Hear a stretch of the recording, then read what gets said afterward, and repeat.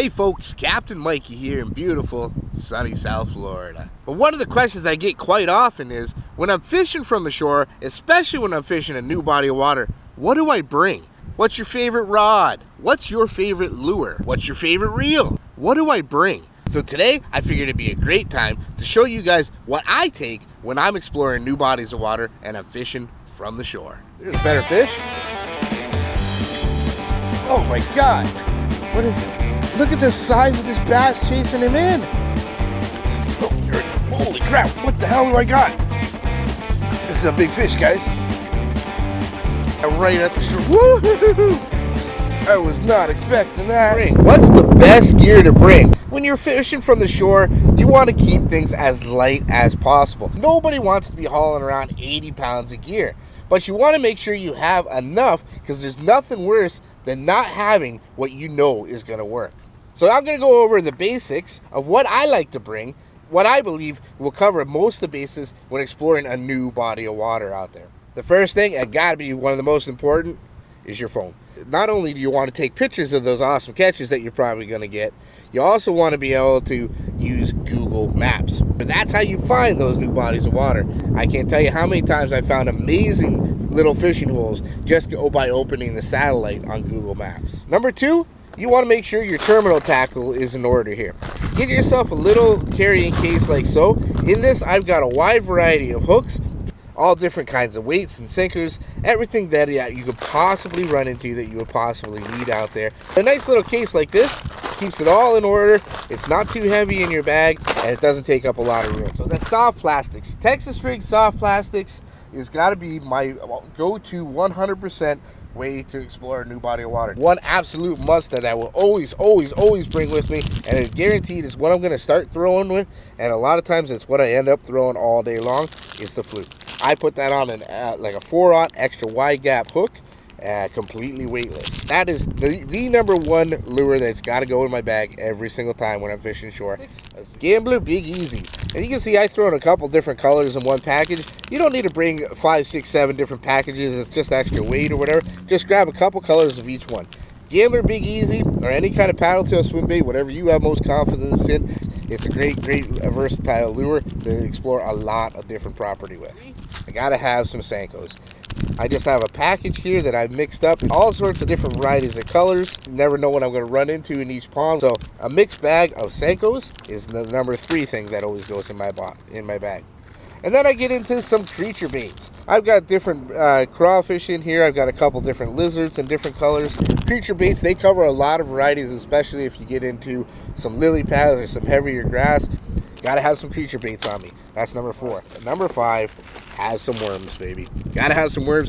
When going gets tough, nothing outfishes a worm. Gotta have worms. So those are my 5 absolute musts when it comes to soft plastics, exploring new bodies of water. Now the next thing that I always have to bring when I'm going on a new body of water and exploring are my spinner baits and chatter baits. And this is a nice little tip for you guys. This is actually a worm binder. It's packages that you would normally put your soft plastics in, but what I do, I actually keep all my different spinner baits and chatter baits in this package. I got my chatter baits, I got my spinner baits, any of my bladed baits I keep in a worm binder like this. Doesn't get tangled up with everything else, doesn't take up a lot of space. It's just a simple little worm binder. Water fishing from shore, you should never have to carry more than 1 tackle tray. In my tackle tray, I'm going to put a whole variety of everything. Lipless crankbaits, all the way to square bell crankbaits, to even some medium and some deep diving crankbaits. Carry a couple hollow belly frogs because I absolutely love those. Got a variety of topwater. Got to have a decent variety of jerk baits, of course. Smaller jerk baits, I call them slash baits or rip baits. If they're looking for a little smaller profile, bass love jerk baits. And of course, you got to throw in some jigs, because jigs are absolutely killer. A nice variety of hard body lures that's going to cover every column of that water from top to deep. That'll cover everything you could possibly run into. When I generally try to bring 2 rods with me, my casting equipment, this is a 7'2" medium heavy, extra fast Carrot Stix Wild Black rod, coupled up with an Ardent Apex Elite. This is a 7.3 to 1 gear ratio. This casting rod will get me in and out of anything that I need to do. The one thing that it doesn't generally work so well for, though, is your ultralight presentations or your finesse presentations.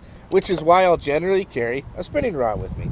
Now, my spinning rod go-to of choice is a medium with a moderate action, 6'7" to 7 foot. This is a 7-foot Carrot Stix Wild Orange. Really, the only thing I'm really going to tie on my spinning rod is just an extra wide gap hook. Just one hook, no weight, nothing else. This is what I'm going to toss my weightless presentations on, my light presentations. I'm going to throw my flukes, weightless Senkos, and weightless worms. All right. So here I am, guys. I'm on a brand new pond. I've never fished this before. And I did drive around and looked at them first. And that's what I recommend when you're looking at a new body of water. Stop before you fish. Stop and walk around a little bit. Get yourself a good, decent pair of polarized sunglasses and be able to see what's in the water. If you're not seeing anything, you're not seeing any bait fish, you're not seeing any bass, you're not seeing any weed cover, you're not seeing anything, you're probably going to waste your time there. I saw this one. It's got a decent amount of lily pads. It's mostly a rocky bottom everywhere I look, and I've seen some bluegill, I've seen some cichlid, and I've seen some bass. So I know there's fish in here. Now it's just time to figure out how to fish them. I'm going to take my spinning rod, and I'm going to put on a fluke weightless, and on my casting equipment, which I've already got rigged up, Texas rigged, I'm going to throw on some form of a creature bait, either a lizard or a Christie critter, just to drag across the bottom and see where those fish are. With a weightless fluke and a Texas rig soft plastic, I can cover a whole variety area, figure out where those fish are before I start honing in on what lure presentation I want to give them. The first lure I always throw is my go-to confidence lure, and I'm going to throw it weightlessly just on a 4/0. This is a Trocar 4/0 extra wide gap hook, and of course, guys, that's the Zoom Super Fluke. Fanning your cast out around again with a fluke. I like to just cast it out, let it sink, and then you just reel up the slack on a semi-slack line, just a couple little pops, a couple little twitches. Just let it sink again, just reeling up the slack. Not really reeling in the lure, moving it too much with the reel itself, just the rod. Oh, there we go. Oh, there we go, fish on. What do we got? We got a nice bass, guys. He's strong. He's a strong little bass. He's not huge, but he is a fighter. There we go. Look at that, guys. Not a bad bass at all. Took that fluke pretty good. Look at that. Beautiful. Beautiful. Tossing this fluke around. Just weightless, like I said, guys. Giving those little twitches, letting it sink. And I felt him hit it. He was actually out a little deeper where I think I can see a little bit of a rock pile. Not in the shallows with all the weeds. Nice. First fish. Here we go. Perfect. Thanks, buddy. Good little fighter on that guy, too. All right, so we got our first fish on a fluke, and as I said, he actually hit a little deeper out there. So we're going to switch up to our next one, cast out deeper water and drag it in. This is a Zoom Lizard, actually. It's kind of a plum color, which goes really well with the color clarity that I got here.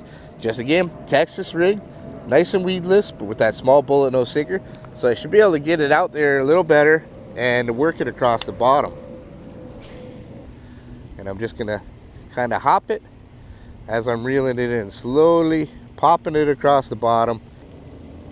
Oh, come on. Wow, first cast. Another bass. He's just a little guy though.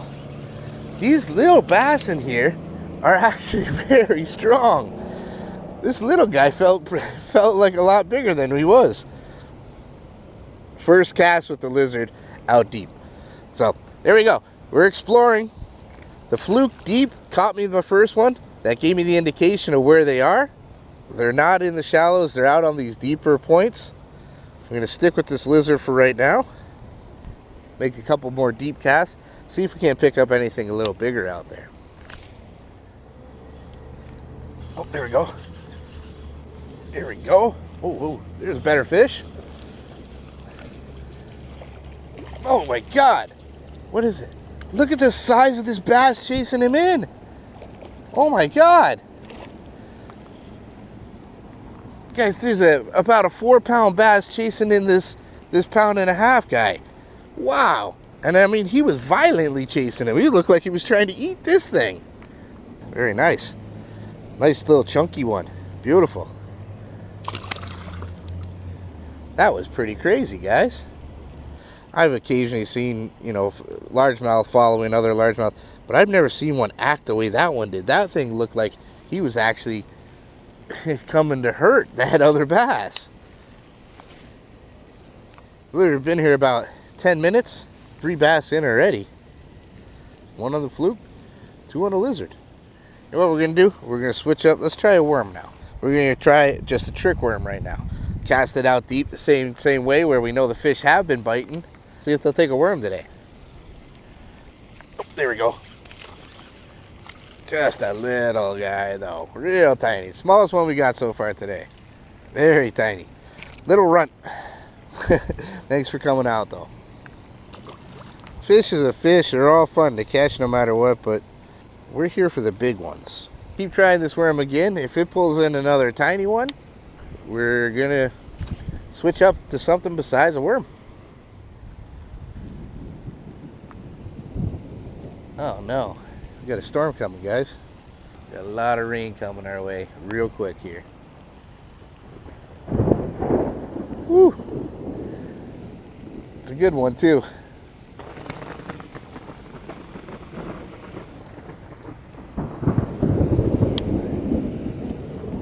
Yeah, don't mess around with the storm. Get the hell out of here.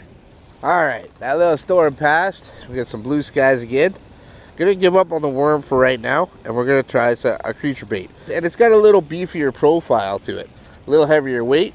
Hopefully, maybe this will attract one of those bigger bass. There we go. We got a fish. Nice, nice little bass. Nice bass too, about the same size. No followers on him this time though. Woo! Get another jump for us. Nice. Ha! They are loving the Texas rig soft plastics in this pond here. A little bit smaller than those other ones, but still a nice bass. Beautiful. Love the light colors on them from this water here. Hey, you're going the wrong way, man. There you go. There you go. No fear.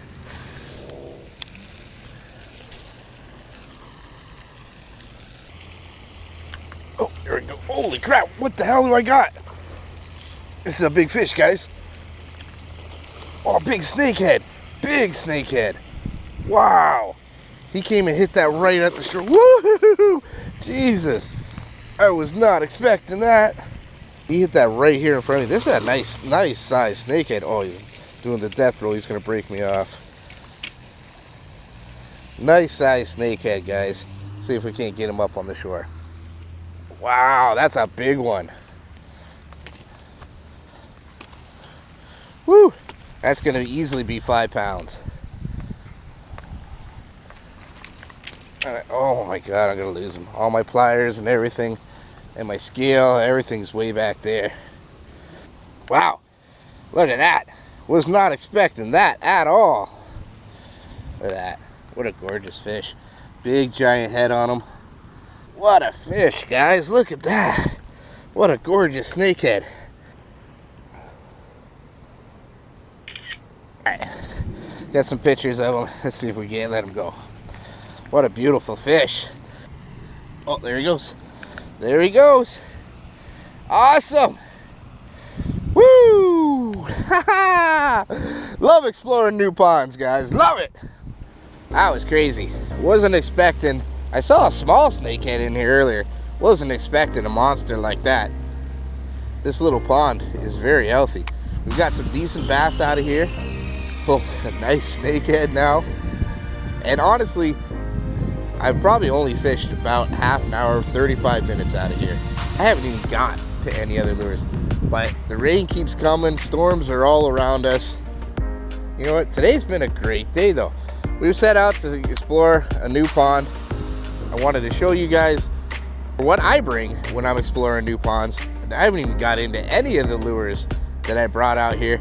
I really caught everything on just a Texas rig, working creature baits, lizards, and worms. And we got one on a fluke earlier too.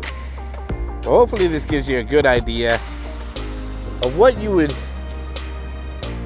need to bring when you're exploring ponds yourself. using lures like flukes and Texas Reel soft plastics to kind of figure out where the fish are and what they're going to be looking for today.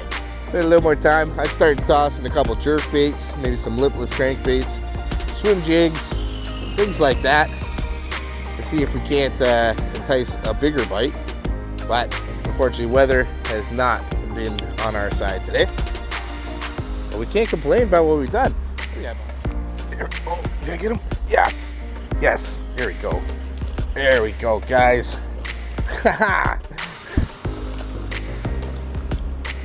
Yeah. There it is. One more beautiful bass. Not a giant, but it just goes to prove.